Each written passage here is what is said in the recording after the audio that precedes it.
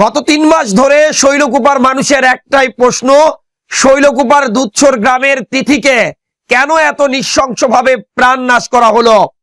3 মাস পর অবশেষে জানা গেল তিথিকে কে, কেন, কখন, কিভাবে প্রাণ নাশ করেছে।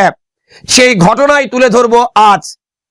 গত 3 মাস ধরে এই মামলার অন্যতম সন্দেহভাজন প্রধান আসামি কালাকে আটকের জন্য মামলার তদন্ত কর্মকর্তা মনির হাজরা ও ঝিনাইদহ যে সাইবার ক্রাইম ইউনিট রয়েছেন তারা নিরলসভাবে কাজ করেছেন। অবশেষে কালা যখন আর কোথাও পলানোর জায়গা পায়নি, তখন অবশেষে বাধ্য হয়ে ঝিনাইদহ এসপি অফিসে যে সাইবার ক্রাইম ইউনিট রয়েছে ডিবির, তাদের কাছে এসে আত্মসমর্পণ করেছেন। এখন জানাবো কালা কেন, কিভাবে, কখন, কোথায় তিথিকে নৃশংসভাবে প্রাণনাশ করেছে। যখন আমি কথা বলছি তখন মামলার তদন্ত কর্মকর্তা মনির হাজরার সাথে কথা হয়েছে আমার কয়েকবার, এবং এই ঘটনায় নিজের দোষ স্বীকার করে 164-এ জবানবন্দিও দিয়েছেন কালা। তিনি বলেছিলেন কয়েক মাস আগে তিথির বাবা কালাকে নাকি হুমকি দিয়েছিল। এরপর ভাটোই বাজারে প্রকাশ্যে তিথির বাবা জুতা দিয়ে কালাকে আঘাত করেছিল।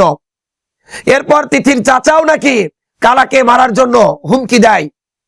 এই ঘটনার জের ধরেই মূলত অপমানের বদলা নিতে তিথির সাথে এবং তিথির পরিবারের সাথে এত ঘটনার পরও সম্পর্ক অটুট রেখে তাদের বিশ্বাস অর্জন করে যায় কালা ও কালার স্ত্রী। এরপর ঘটনার দিন কালা তিথিকে ফোন দেন এবং তাকে ডাকেন যে তুমি দ্রুত আমার বাড়িতে চলে এসো, তোমাকে একটা ছেলের সাথে বিয়ে দেব। তবে কোন ছেলের সাথে বিয়ে দেওয়ার কথা বলে তিথিকে বাড়ি থেকে ডেকে আনা হয়, এই কথা কালা তার 164 ধারার জবানবন্দিতে আদালতে তিনি বলেননি। যেহেতু পুরো 164 ধারার জবানবন্দি আমাদের পড়া সম্ভব নয়, তাই কিছু কিছু তথ্য সেখান থেকে তুলে ধরার চেষ্টা করব। তখন কালা সুকৌশলে তিথিকে বাড়ি থেকে ডেকে এনে তিথির বাড়ির পিছনে নিয়ে যায় ওই ঘাস খেতে। এরপর তিথির সাথে অনৈতিক কাজ করার চেষ্টা করে কালা। তখন তিথির সাথে হাতাহাতি হয় কালার। এরপর তিথির গলায় থাকা ওড়না পেঁচিয়ে তিথিকে মাটিতে ফেলে দেয় কালা, এবং এরপর তার বুকের উপর উঠে 2 হাত দিয়ে সেই ওড়নাটা টেনে ধরেন কালা। এরপর তিথি ঘটনাস্থলেই মারা যান। এরপর কালা সেখান থেকেই পালিয়ে চলে যান। এরপর কালা তার জবানবন্দিতে তিথির কাকিকে পেঁচিয়েও কিছু বক্তব্য প্রদান করেন। তবে সেই ঘটনার কোনো সত্যতা পায়নি মামলার তদন্ত কর্মকর্তা ও ডিবি ক্রাইম যে ইউনিট রয়েছে বা সাইবার ক্রাইমের যে ইউনিট রয়েছে তারা। তবে এখন পর্যন্ত এই ঘটনায় কালা এবং কালার স্ত্রী ডালিয়া এবং তিথির কাকি আটক রয়েছে। তবে মামলা তদন্ত কর্মকর্তার দাবি এই ঘটনায় ডালিয়া বা তিথির কাকি কোনোভাবেই জড়িত নয় বলে মনে হচ্ছে।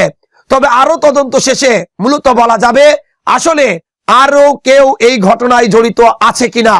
তবে কালা যে তিথিকে প্রাণনাশ করেছে তা কালার বক্তব্যেই জানা যায়। মামলা তদন্ত কর্মকর্তার সাথে আমার আরো কথা হয়েছিল, যেহেতু শৈলকুপার অত্যন্ত আলোচিত একটি মামলা। 20 সেপ্টেম্বরের যে নিখোঁজ হয় তিথি, এরপর 22 সেপ্টেম্বর তাকে কিন্তু প্রাণনাশ করা হয়। মূলত 22 সেপ্টেম্বর প্রাণনাশ করা হয় এই কারণে বলছি, 22 সেপ্টেম্বর এই তিথির বাড়ির 200 গজ পিছন থেকে কিন্তু তার মৃতদেহ ওটি উদ্ধার করে স্থানীয়রা এবং পুলিশ। তবে কালার ভাষ্য মতে ওই 20 সেপ্টেম্বর শুক্রবার রাতেই যখন তিথি বাড়ি থেকে বের হয়েছেন, তার 1 ঘন্টার মধ্যেই কিন্তু আসলে কালা তিথিকে প্রাণনাশ করে।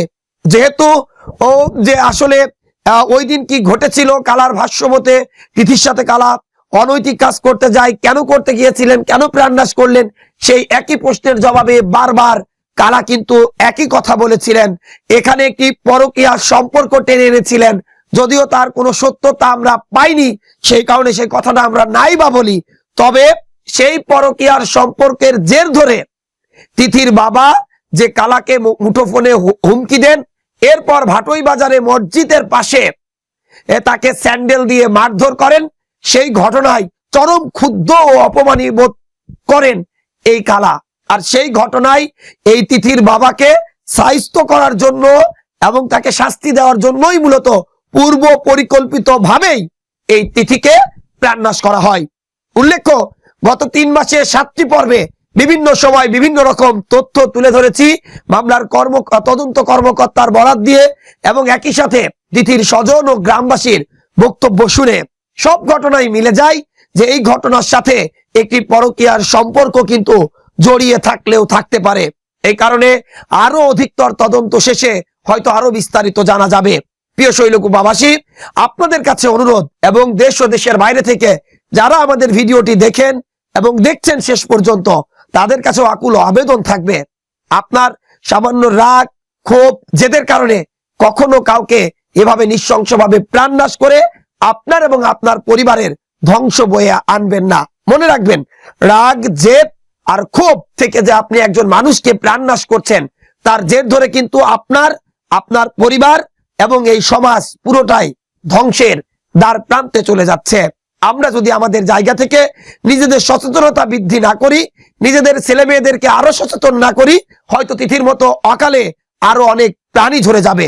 তবে মামলা তদন্ত কর্মকর্তার ভাষ্য মতে এবং একই সাথে তিথির পরিবারের সদস্যদের ভাষ্য মতে তিথি কিন্তু একেবারে সহজ সরল একজন মানুষ ছিল, এবং পরিবারেও খুব একটা সুখে শান্তিতে আসলে থাকতেন না তিনি, যার কারণে এই যে কালার প্রলোভনে মূলত বা কালার পাতানো ফাঁদে পা দেন তিথি।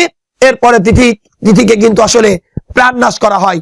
তবে কেন 21 তারিখে বা 22 তারিখের বিকালের আগ পর্যন্ত তিথির বাড়ির মাত্র 100 গজ বা 200 গজ পিছনে তার মৃতদেহটি পড়েছিল, সেই সময় কেউ দেখতে পেল না কেন? সেই প্রশ্নের জবাবটা কিন্তু এখনো অজানাই থেকে গেল পুরো দুধছর গ্রাম সহ আশপাশের কয়েক গ্রামের মানুষ ও শৈলকুপা উপজেলার মানুষের কাছে। ঠিক রহস্য থেকে গেল আমাদের কাছেও। তবে ধন্যবাদ জানাই মামলা তদন্ত কর্মকর্তা মনির হাজরা এবং ডিবি সাইবার ক্রাইমের দায়িত্বে থাকা যারা ছিলেন, তারা মূলত যে 2 জন ব্যক্তি কিন্তু ডিবি সাইবার ক্রাইমটা চালায়, আপনারা সবাই জানেন। তাদের নাম দুটো নাই বললামই না, আপনারাই তাদেরকে চেনেন, জানেন, এই কারণে তাদের নামটি উজ্জ্বল রাখলাম। অবশ্যই কমেন্টের মাধ্যমে জানাবেন। এই 3 জনের অক্লান্ত পরিশ্রমে কিন্তু এই যে তিথি হত্যার এই রহস্য কিন্তু মূলত উন্মোচন হলো মাত্র 3 মাস কয়েক দিনের মাথায়।